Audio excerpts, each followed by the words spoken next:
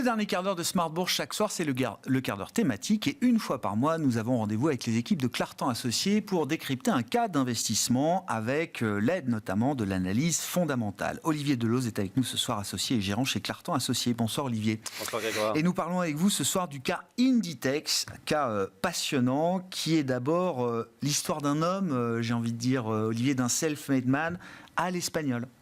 Oui, alors Inditex, le grand public le connaît pas forcément parce que c'est le nom en fait générique de la maison mère de Zara, bien plus connue évidemment, et puis aussi de Massimo Dutti, de Stradivarius, Deutsche, donc des marques qui sont pour le coup... Bershka aujourd'hui, Pull&Bear, qui sont des marques un peu plus récentes que l'historique Zara, mais qui viennent compléter le portefeuille. Voilà, et Zara, tout le monde connaît. Ça a été créé par Amancio Ortega, qui est toujours d'ailleurs l'actionnaire principal du groupe Inditex, et qui a fondé cette entreprise dans les années 60. C'était un jeune homme de 14 ans sans le sou, et qui a arrêté ses études pour être coursier dans le textile. Et à une trentaine d'années, il a créé une société qui faisait essentiellement des robes de chambre et des pyjamas, une boutique. Il avait créé ça avec sa femme. Et 10 ans plus tard, il a un petit peu étendu son activité et créé la première boutique Zara à la Corogne. Et chez Clartan Associés, on aime beaucoup ces entrepreneurs qui partent vraiment du métier pour en faire après des empires. Et aujourd'hui, Inditex, c'est une société un groupe qui fait 40 milliards d'euros de chiffre d'affaires. C'est le plus gros retailer textile au monde. Oui, alors c'est le leader effectivement du textile dans le monde, avec une part de marché de 7% uniquement. Donc on voit qu'il y a encore pas mal de place pour l'expansion. Et ce qui est intéressant, c'est que c'est une société qui ne fait pas que du retail. C'est une société, on a l'impression que c'est de la distribution, mais en fait c'est un groupe totalement intégré. Très intégré. Voilà, depuis la conception, la fabrication, la commercialisation et bien sûr la communication autour de tout ça. Ouais. Quel est le génie justement du modèle qu'a bâti Amancio Ortega chez Inditex et Zara en premier lieu Alors la première chose, je dirais, c'est que ils savent ce qu'ils font. Ils ont un métier, ils n'ont jamais dévié de ce métier, et il y a, je pense, ce goût de faire d'assez belles choses. Ce sont des produits qui sont de bonne qualité, abordables, très abordables, et avec toujours la volonté de coller le plus possible au marché. Et ça, pour ça, ils ont des centaines de designers qui collent au plus près des demandes des clients, qui dessinent.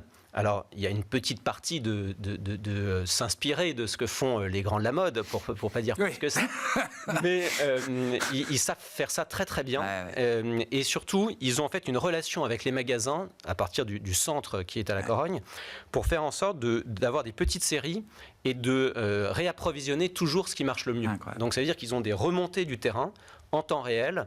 Et ça, c'est quelque chose qui est assez spécifique. C'est-à-dire qu'en fait, ils ont d'abord un très bon design et une très bonne organisation digitale. Et ça, c'est une grande particularité par rapport à leurs concurrents. Et en multipliant ces petites séries, parce qu'on est quand même dans du prêt-à-porter industriel, on arrive à créer la perception d'une rareté. Là, on est quand même dans quelque chose de mass market, d'industriel. En renouvelant régulièrement les collections, on arrive à quelque chose d'assez puissant vis-à-vis du consommateur. Voilà, c'est exactement ça. C'est plus la collection printemps-été suivie de automne-hiver et on reste avec 6 mois avec la même collection. Voilà. Ceux qui visitent souvent ce genre de magasin verront à quel point ça tourne vite. Et en général, ils tournent quasiment 10 fois plus vite que les autres concurrents. Donc ça fait une vraie différence parce qu'on a envie de retourner en fait dans les boutiques. La deuxième chose qui les distingue, c'est que justement, ils ont des emplacements de boutiques qui, en dehors des centres commerciaux, sont des endroits de plus en plus prime. Et ça, on le voit. Et en plus, ils entretiennent ce parc immobilier qui louent, c'est pas des propriétaires, et ils savent le rénover pour en fait monter progressivement en gamme.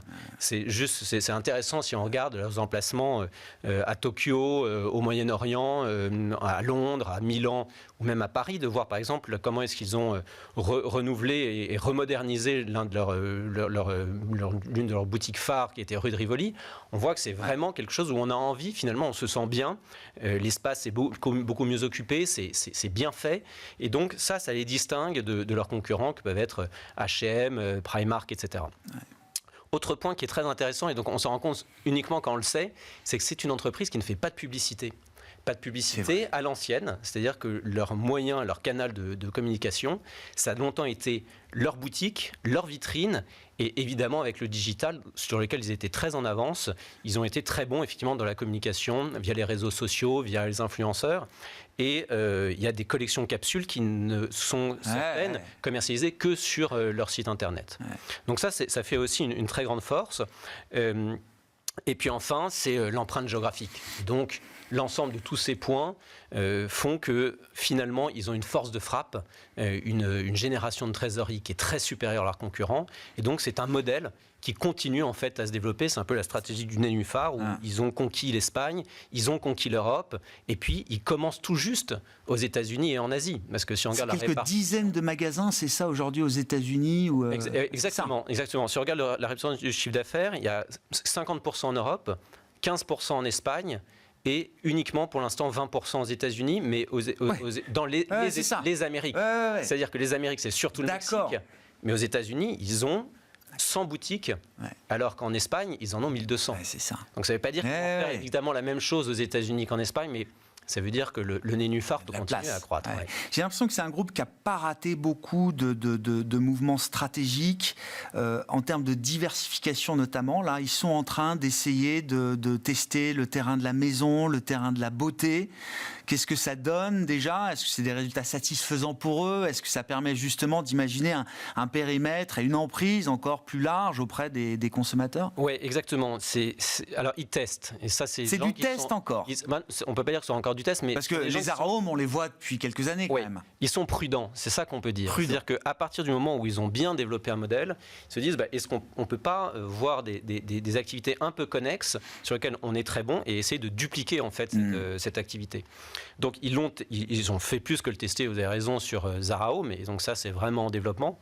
Et nous on trouve que c'est quelque chose qu'ils font très bien et sur lequel ils ont des niveaux de marge qui sont absolument excellents. Et ils gardent le même modèle que sur le textile, intégré, on concept, le design, etc., capable de renouveler les collections, c'est le même. Ils produisent moins. D'accord, oui, parce que non, mais c'est des biens différents. Voilà, oui, j'entends. Mais donc là, ils ont plus des systèmes de fournisseurs. D'accord. Et alors, l'autre chose qui est vraiment très intéressante, et ça que pour l'instant le marché n'a pas encore valorisé, c'est qu'ils se lancent dans l'activité beauté. Donc Zara Beauty, c'est quelque chose qui est tout à fait embryonnaire.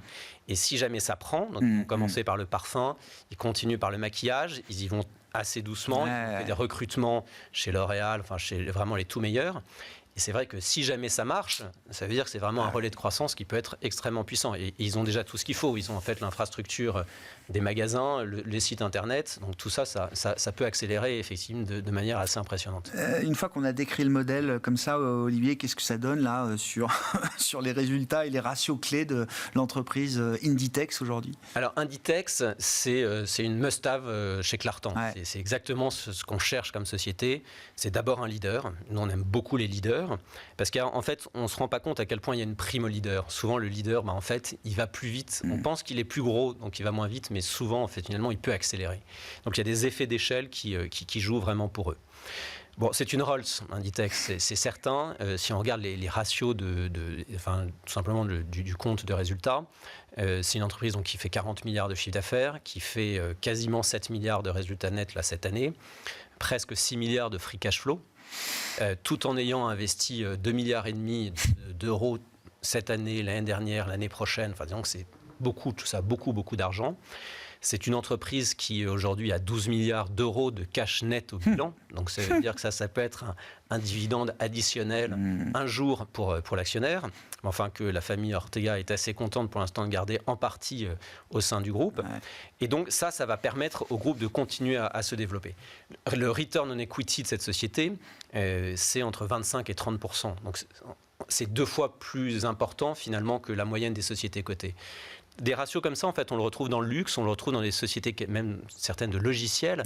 Donc c'est très très impressionnant. Enfin, on se dit dans un secteur qui est difficile, où la concurrence est énorme, on a l'impression qu'on ne fait pas de marge. Combien de marques ont disparu encore ces derniers mois et ces dernières années, ne serait-ce que sur le marché français. Et c'est ça, Inditex gagne des parts de marché. C'est le seul des grands groupes qui a gagné des parts de marché depuis le Covid et qui a fait une accélération à ce moment-là. C'est vraiment très remarquable.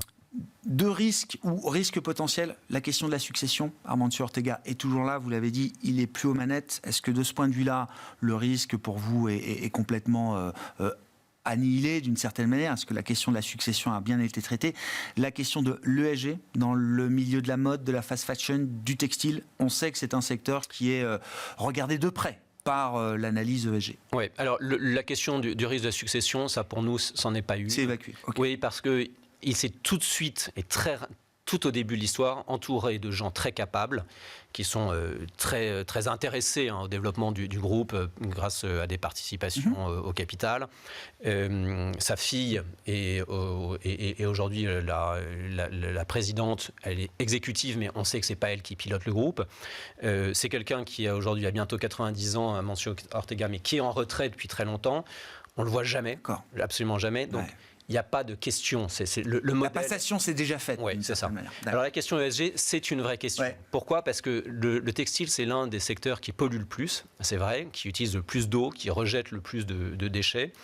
Ils prennent très au sérieux ça. Et ça, on a vraiment l'impression, avec une étude approfondie de leur stratégie, que c'est pas du greenwashing, quoi. Ils sont vraiment en train de prendre ça à bras-le-corps. D'ici 2040, ils visent à baisser de 80% leurs émissions de CO2. D'accord. Ils sont de plus en plus dans l'économie circulaire. Zara Pre-Owned, c'est une très bonne idée, c'est de dire on essaye de récupérer des vieux vêtements, de les retaper, de les revendre, d'en réparer d'autres. Ça, c'est intéressant. Ils sourcent de plus en plus tout ce qui est l'approvisionnement du coton et autres. Donc, la question ESG, la question S, il faut la prendre très au sérieux aussi parce qu'il y a toute cette question sur les chaînes d'approvisionnement des matières premières, travail forcé, etc. Et les travails forcés et autres. Ouais. Il y a eu des controverses dessus, mais Zara, Inditex n'a jamais été finalement inquiété là-dessus. On a l'impression qu'ils prennent ça vraiment à bras-le-corps. Il nous reste 30 secondes pour décrire la manière dont Inditex, ou dont Clartan gère la position Inditex. Vous disiez c'est une Rolls, c'est quoi? C'est du cœur de portefeuille, c'est une Rolls assez tranquille. Alors la performance sur 2 ans est spectaculaire. C'est un gérant m'a dit, c'est le petit train à crémaillère. Ouais. C'est vrai que quand on regarde le graphique, c'est tout à fait ça, c'est très parlant. Donc c'est quoi? Du cœur de portefeuille? Alors c'est du cœur de portefeuille. On a eu des positions importantes avant le Covid, beaucoup baissé parce que alors, toutes les périodes n'ont pas été exceptionnelles. Non. Il y a eu une traversée du désert, alors sans que ce soit une catastrophe boursière, mais il y a eu 3-4 ans où le titre n'a pas tellement progressé parce qu'il y avait des questions de marge à ce moment-là, parce qu'ils investissaient énormément. Là, depuis les 2 dernières années, on a eu des grosses positions en portefeuille. Le titre a plus que doublé depuis maintenant 2 ans. Donc là, on est à peu près au juste prix. On aura la croissance des résultats dans les prochaines années, mais à 25 fois et demi les résultats, on pense que évidemment, le potentiel de revalorisation est plus émoussé. Une belle valeur de croissance européenne, espagnole. Merci beaucoup, Olivier. Olivier Delauze, associé et gérant chez Clartan Associés, qui est avec nous dans ce dernier quart d'heure de Smart Bourse ce soir.